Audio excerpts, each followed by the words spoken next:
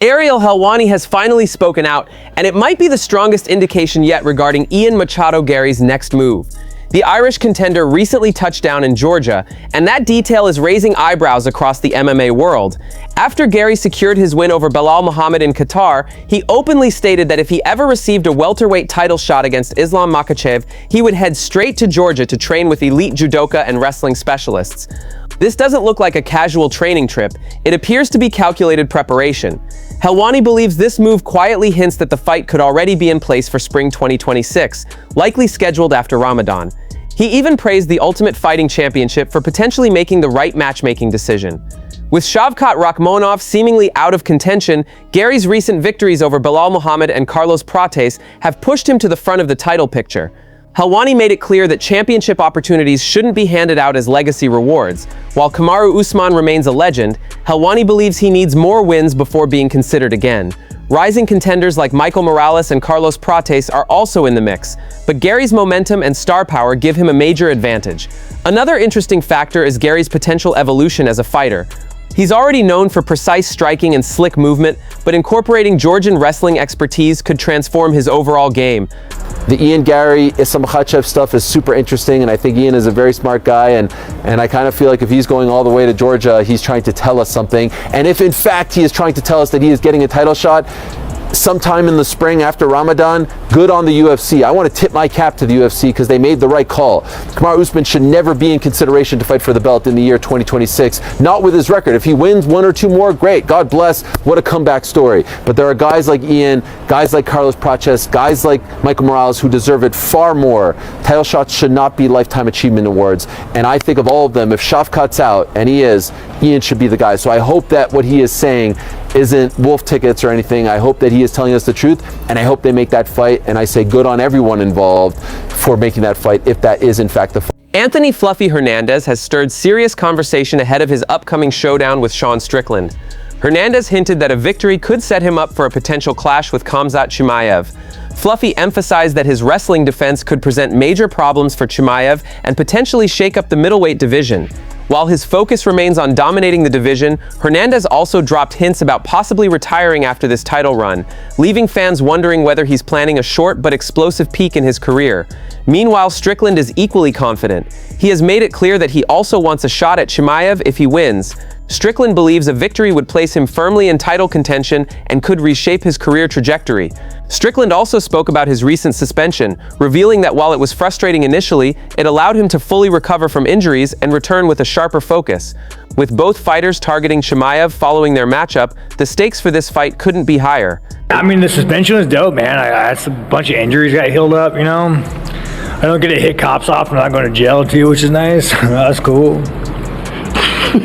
We're just gonna start off with that, eh? Well, I didn't know he was a cop at first, but it made it significantly better. That 6 months, I'm like, oh, and I'm down for this. Listen, I got to give you credit for that because, like, if you're gonna back up your boys, like, if you're gonna be about it, you know. No. Let me tell you, it had nothing to do with my boy losing. I mean, dude, we all lose fights. Like, nothing to do with it. It was a disrespect you gave to me, dog. Like, you would have just took your W and just shut the fuck up, nothing would have been fine, but you had to go be a fucking dickhead. Like, I was cool to you. I didn't make fun of you, dude. You know, I'm pro ice, dog. Like, I'm pro cop. When you got to go put me that shit on me, fuck you. Conor McGregor has officially confirmed that his UFC return is locked in. In a now-deleted tweet, McGregor revealed he has accepted both an opponent and a date. What makes the situation even more unusual is his claim that he's negotiating directly with officials connected to the White House event rather than strictly working through the UFC. Originally, the event was rumored to feature McGregor facing Michael Chandler, but UFC President Dana White later denied that the fight was happening, despite earlier claims from both fighters. Now, speculation is shifting toward a potential McGregor versus Jorge Masvidal clash, especially after Masvidal teased a massive fight announcement connected to the event. Even though both fighters are no longer in their prime compared to when fans first wanted this matchup years ago, interest remains extremely high. The event itself is shaping up to be historic. The weigh-ins are expected to take place at the Lincoln Memorial, while Fight Night is planned for the White House South Lawn. Fighters will reportedly even have access to warm-up areas inside the White House, while fans outside will watch on massive screens accompanied by fireworks and a large-scale light show. The rivalry between Ilia Topuria and Islam Makhachev has gained another dramatic twist. A few months ago, Topuria's former sparring partner Alexander Chisov went viral after leaving Topuria's camp and traveling to Dagestan to train full-time with Makhachev's team. Fans quickly accused Chisov of acting as a spy after older footage surfaced showing him training closely with Topuria. Speaking to Russian MMA media, Chisov explained the entire situation. He said he had informed Topuria about his travel plans beforehand and received approval initially.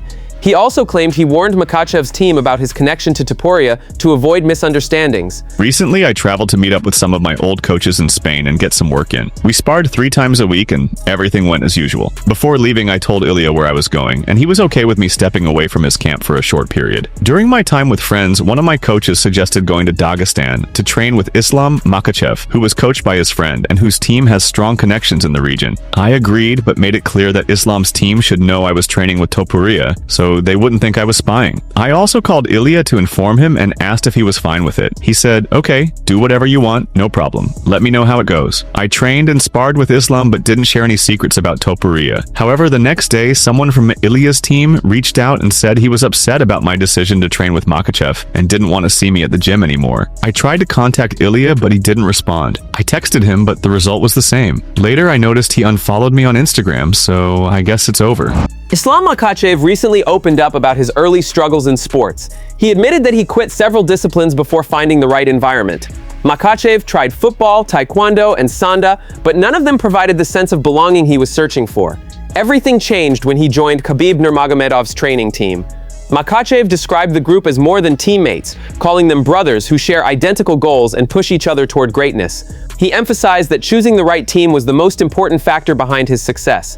You know, it's the most important things who is your team, you know. If you guys follow same goal to be best in the world and you every day help each other, it's mean you will have good success, you know. Like our team, we're not just teammates, we're all brothers, you know. The important things, which team you choose. I go football, I go taekwondo, I go wushu sanda, but I don't find the relationships, you know. I don't find the team which one I want to be all my life. Arman Tsarukyan is already targeting a major grappling showdown following the surprising comeback announcement from Khabib Nurmagomedov.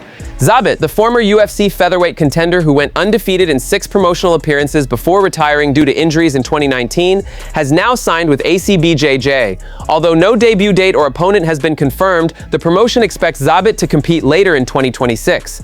Tsarukyan, who recently showcased his grappling dominance in competition, quickly expressed interest in facing Khabib and even asked fans on social media if they wanted to see the matchup. The response from the MMA community has been overwhelmingly positive, with fans excited about the potential high-level grappling battle. That's it from MMA Time. Thanks for watching. Don't forget to leave a like and subscribe for daily MMA updates.